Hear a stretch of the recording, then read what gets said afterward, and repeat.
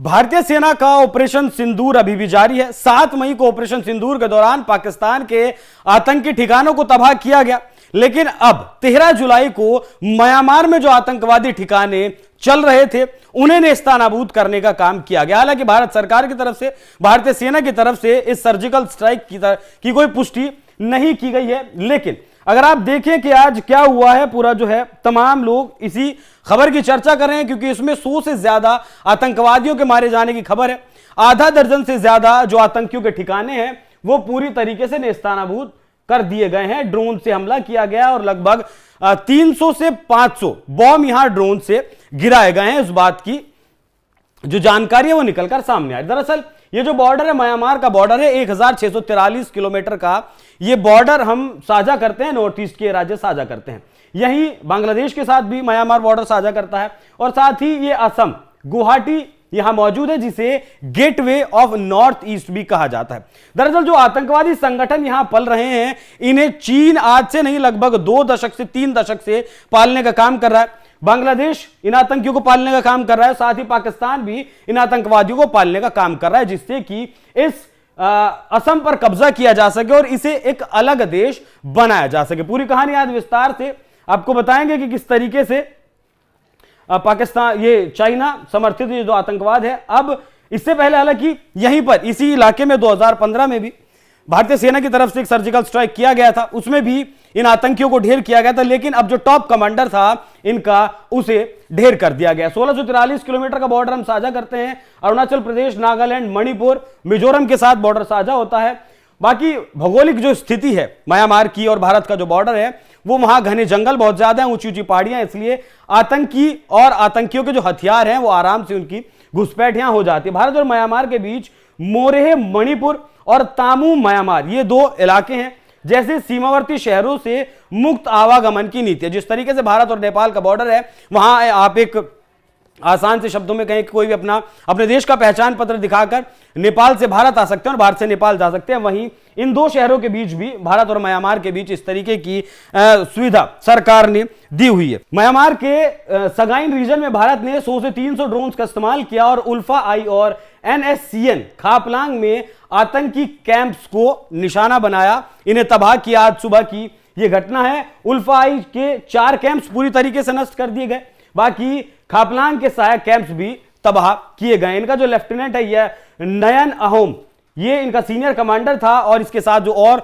Senior commander थे उनके भी मरने के फिलहाल खबर है। हालांकि पुष्टि पूरी तरीके से अब तक नहीं हो पाई है। ये मुख्यधारा की जो है बात करें, अगर भारत ने इस ऑपरेशन को चुपके से अंजाम दिया है ताकि म्यांमार की सैन्य जो जुंटा है उसके साथ संबंध खराब ना हो, जो पहले से ही आंतरिक संघर्षों से जिस तरीके से म्यांमार जूझ रहा है, भारत की पुरानी रणनीति का हिस्सा है, जहां आतंकी कैंप्स पर हमला कर चुपचाप वापस आ जाता। देखिए म्यांमार, इस वक्त म्यांमार में अमेरिका की भी सेना है, म्यांमार के जो आतंकी हैं उन्हें चाइना भी सपोर्ट करता है, पाकिस्तान भी कुछ आतंकी गिरोह को सपोर्ट करता है। तो एक तरीके से अगर कहें कि गृह युद्ध का अखाड़ा एक तरीके से बना हुआ है, सेना सरकार के बीच नहीं ठनी हुई है, बहुत तरीके से म्यांमार इस वक्त उलझा हुआ है। उल्फा की अगर बात करें तो नेशनल लिबरेशन फ्रंट ऑफ आइजोम इंडिपेंडेंट इसे कहा जाता है। 1979 में उल्फा की स्थापना हुई थी, जिसका उद्देश्य है असम को भारत से अलग कर एक स्वतंत्र देश बनाना था। परेश बेरुआ के नेतृत्व में शुरू हुआ था उल्फा आई। 90 के दशक से पूरी तरीके से भारत के खिलाफ साजिश रचने में सक्रिय, मतलब लगभग 35 साल आप लगा लीजिए। 1990 से 2000 तक उल्फा ने असम में बम विस्फोट कराए, अपहरण, हत्याओं जैसी घटनाओं को अंजाम दिया। 90 में ही ऑपरेशन राइनो और बजरंग के बाद उल्फा ने बांग्लादेश और म्यांमार में कैंप्स भी स्थापित किए थे। 2015 में उल्फा आई ने म्यांमार के सगाइन रीजन में टागा में कैंप्स बनाए और के तहत अन्य आतंकी समूहों के साथ भी वहां गठबंधन किया। 3 मई 2015 को नागालैंड के मोन जिले में उल्फा आई ने 23 असम राइफल्स और 164 टेरिटोरियल आर्मी पर हमला किया था, जिसमें 8 सैनिक हताहत हुए थे, मार दिए गए थे। उल्फा आई ने असम में जो है चीन का इसे पूरी तरीके से समर्थन है, बांग्लादेश की नई सरकार की भी नरमी ने भी इसे बढ़ावा दिया। हालांकि इससे पहले जो शेख हसीना की सरकार हुआ करती थी वो इनके ऊपर बहुत ज्यादा सख्ती बरतती थी। फिलहाल मोहम्मद यूनुस भी चीन की जिस तरीके से गोद में बैठे हैं और चीन की ही भाषा जिस तरीके से वो बोल रहे हैं, तो इन आतंकियों के खिलाफ भी वो नरमी दिखा रहे हैं। अगर NSCN खापलांग की अगर बात करें तो 1988 में इसकी स्थापना हुई और इसका उद्देश्य नगालिम ग्रेटर नागालैंड बनाना है, जिसमें भारत और म्यांमार के नगा बाहुल्य क्षेत्र शामिल हैं और ये दोनों ही संगठन मिलकर भारत के खिलाफ लगातार साजिश करने का काम करते हैं। 80-90 के दशक में इसने नागालैंड और मणिपुर में हिंसक हमले किए। 2001 में भारत सरकार के साथ सीज फायर हुआ था, लेकिन 2015 में खापलांग ने फिर से इसे तोड़ दिया, जिसमें क्योंकि उसके ऊपर चीनी प्रभाव था, चीन की तरफ से हथियार, चीन की तरफ से पैसा, इन दोनों ही आतंकी संगठनों के पास आता है। 2015 में उल्काई के साथ गठबंधन हुआ इसका और म्यांमार में संगाइन में इसने कैंप्स को अपने स्थापित किया। 2019 में म्यांमार सेना ने इनके कैंप्स पर हमला किया, जिसमें 6 सदस्य इनके गिरफ्तार किए थे। बाकी पूरी तरीके से खत्म इन्हें म्यांमार की जो सेना वो भी नहीं कर पाई। भारत के ड्रोन्स ने इनके ऊपर हमला किया और जिससे कि आधा दर्जन से ज्यादा जो इनके कैंप से वो पूरी तरीके से ध्वस्त कर दिए गए हैं। ये फिलहाल तक जो जानकारी है वो निकलकर सामने आई है। अब इसमें अगर चीन की भूमिका को समझें कि चीन की इसमें भूमिका क्या है, तो हथियार और प्रशिक्षण लगातार चीन इन्हें देता है। 1967 से शुरुआत हुई नगा नेशनल काउंसिल की। इसमें म्यांमार के नगा हिल्स के रास्ते चीन गए, वहां चीन गए, वहां जाकर ट्रेनिंग हासिल की और वहां से ही कैसे हथियार चलाना है, कैसे घुसपैठ करनी, सारा कुछ वहीं से सीख के आए हैं। 2010 के बाद उल्काई के नेता परेश बरुआ को चीन के यूनान प्रांत के रुइली में शरण दी गई। चीनी खुफिया एजेंसी उल्काई को हथियार, लॉजिस्टिक्स और प्रशिक्षण प्रदान करती है। 2011 में रुइली ने उल्फा आई और NSCN के साथ बाकी के साथ कोऑर्डिनेशन किया और इन्हें भी चीन से फंडिंग दिलवाई, चीन से हथियार दिलवाने का काम किया। 2024 में अस्थिरता का फायदा उठाकर चीन ने उल्फा आई और NSCN के को AK सीरीज की राइफल्स और IED का भी प्रशिक्षण दिया था साल 2024 में और फिलहाल 2025 में हम हैं। इनका उद्देश्य क्या है? चीन अरुणाचल प्रदेश को अपना हिस्सा मानता है और पूर्वोत्तर में अस्थिरता पैदा कर भारत को लगातार कमजोर करने की कोशिश चीन करता है। उसकी ये कोई आज की नई चाल नहीं है। म्यांमार में काचिन इंडिपेंडेंट आर्मी और अराकान आर्मी के साथ गठजोड़ कर चीन उल्फा आई और NSCN को अप्रत्यक्ष रूप से समर्थन देता है। हालांकि ये बात किसी से छिपी नहीं है। कलादान प्रोजेक्ट पर भी खतरा पैदा करने की ये लोग कोशिश करते हैं। जिस तरीके से ये प्रोजेक्ट म्यांमार के सितवे बंदरगाह और मिजोरम को जोड़ता है, लेकिन चीन ये नहीं चाहता है। 2019 में म्यांमार सेना ने टागा में उल्फा आई और इन दोनों कैंप्स को चीनी हथियार यहां से बरामद किए गए थे। तब जाकर यह पुख्ता प्रमाण मिला था कि चीन इन लोगों को फंड करता है, चीन इन लोगों को हथियार देता है, वो AK सीरीज के हथियार हो या फिर IED हथियार हो। परेश बरुआ का रुइली में होना और चीनी खुफिया एजेंसियों को उसका संपर्क भारत के लिए वाकई में फिलहाल मौजूदा वक्त में चिंता का विषय है। जिस तरीके से यह बरुआ फिलहाल चीन की शरण में है, चीन में बैठा हुआ है, शरण वहां प्राप्त किए हुए है। बाकी अगर बात करें बांग्लादेश की भी इसमें लगातार भूमिका बढ़ रही है। 71 से पहले पूर्वी पाकिस्तान नगा और मिजो उग्रवादियों को प्रशिक्षण और हथियार दिया करते थे।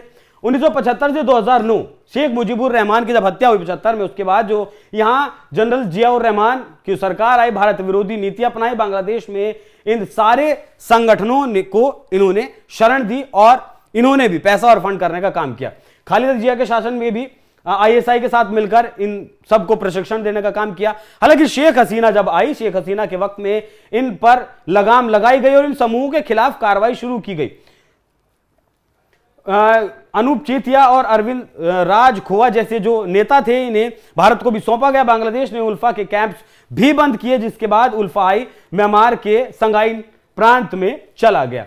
अब यहां दावा किया जा रहा है कि परेश बरुआ का डेथ सेंटेंस कम करना, क्योंकि जो सजा उसे सुनाई गई है, यूनुस सरकार ने उल्फा आई के नेता परेश बरुआ की सजा को कथित तौर पर कम कर दिया है। जिस तरीके से यूनुस ने आते ही जिन आतंकवादियों को शेख हसीना ने अपने यहां कैद किया हुआ था, उन्हें भी रिहा कर दिया, छोड़ दिया, सजा माफ कर दी। बहुत सारे आतंकवादियों को यहां छोड़ा गया। ठीक वैसे ही इस आतंकी की भी सजा को कम करने का यहां काम किया गया। बांग्लादेश सेना और ISI ने पहले यहां उल्फा को प्रशिक्षण दिया, उसकी व्यवस्था की। यूनुस सरकार के तहत ये सब फिर से शुरू होने की आशंका है। तो पूरी तरीके से ये आपका मोहम्मद यूनुस भी अपने कहें कि एक तरीके से अपने अब्बा चीन की ही राह पर चल रहे हैं। जिस तरीके से land locked countries north east को इन्होंने बताया था, और समंदर का बाप भी खुद को बता रहे थे, गार्जियन भी खुद को बता रहे थे। अब सारी जो अकड़ है वो धीरे धीरे ढीली लगातार हो रही है, क्योंकि इससे पहले भी जो गंगा ट्रीटी बांग्लादेश को जो पानी मिलता था वो भी भारत सरकार ने रिव्यू करने का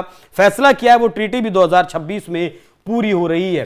भारत ने म्यांमार में 2015 में भी ऑपरेशन हॉट परस्यूट किया था, 2019 में ऑपरेशन सनराइज सेकंड भी किया था, इसी तरह के इन कैंपों को निशाना बनाया था। 2025 में यह ऑपरेशन इस रणनीति का हिस्सा हो सकता है। आतंकवाद के खिलाफ जीरो टॉलरेंस की हमारी नीति है, वो म्यांमार हो, पाकिस्तान हो, बांग्लादेश हो, कोई भी देश हो, आतंकवाद को भारत कतई भी बर्दाश्त नहीं करेगा। बाकी इस ऑपरेशन को बड़ी आराम से बिना किसी शोर शराबे के इसलिए अंजाम दिया गया जिससे कि म्यांमार के साथ जो भारत के रिश्ते हैं वो खराब ना हो। चीन और बांग्लादेश को भी एक चेतावनी के रूप में ये जो हमला किया गया है वो पूरी तरीके से कहा है कि आतंकवाद को पालना पोसना बंद करें, नहीं तो फिर हाल वैसा ही होगा जैसा ऑपरेशन सिंदूर के दौरान पाकिस्तान का हुआ या फिर आज म्यांमार में आतंकी कैंपों का हुआ है। बाकी असम और पूर्वोत्तर का महत्व अगर देखें तो पूर्वोत्तर को ग्रोथ पोल और सभी पूर्वोत्तर राज्यों को असम जोड़ता है। यहां Brahmaputra bridge, oil refinery, infrastructure projects ने इसे आर्थिक केंद्र बनाने का काम किया है। उल्फाई और ये जो दूसरे आतंकी समूह है विकास को बाधित करने की कोशिश करते हैं ताकि असम में अस्थिरता बनी रहे।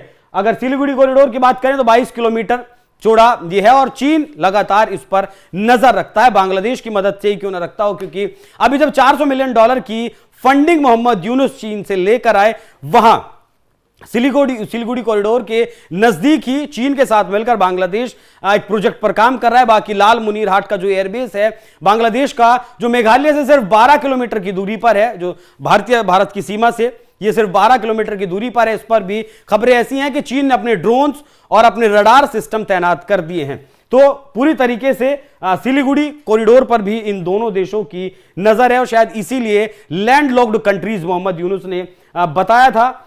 2014 में भी हालांकि इनके साथ बातचीत की, 9 शांति समझौते हुए थे, लेकिन उसके बावजूद भी ये नहीं माने और इन्होंने फिर से जो शांति को खत्म करने का जो काम है वो फिर से एक बार शुरू कर दिया है। तो ये थी सर्जिकल स्ट्राइक 2.0। इससे पहले 2015 में हुई, 2016 में हुई, तो इस हिसाब से सर्जिकल स्ट्राइक 3.0 भी से कहा जा सकता है। लेकिन ऑपरेशन सिंदूर जारी है। 7 मई को पाकिस्तान का 9 जो आतंकी कैंप थे उन्हें तबाह किया गया और अब आधा दर्जन से ज्यादा जो म्यांमार में आतंकियों की लॉन्च पैड्स थी, आतंकियों के ठिकाने थे, उन्हें पूरी तरीके से तबाह किया गया। यह दिखाता है कि भारत सरकार आतंकवाद के खिलाफ जीरो टॉलरेंस की नीति वाकई में अपना रही है। वो पाकिस्तान हो, चाइना हो, चाइना का समर्थन म्यांमार में हो या फिर बांग्लादेश में जिस तरीके से पाकिस्तान के लश्कर तैयबा हो या फिर बाकी जो आतंकी संगठन है वो जिस तरीके से बांग्लादेश में भी लॉन्च पैड्स बना रहे हैं, सभी देशों को, जितने भी देश भारत के खिलाफ आतंकवाद को पनपाने का काम करते हैं, साफ संदेश दिया गया है कि या तो आतंकवाद बंद कर दिया जाए, नहीं तो फिर अंजाम यही होगा जो 7 मई को हुआ या फिर 13 जुलाई की सुबह हुआ। बाकी आप लोग इस विषय पर क्या राय रखते हैं, अपनी राय हमें कमेंट कर जरूर बताइएगा। नमस्कार।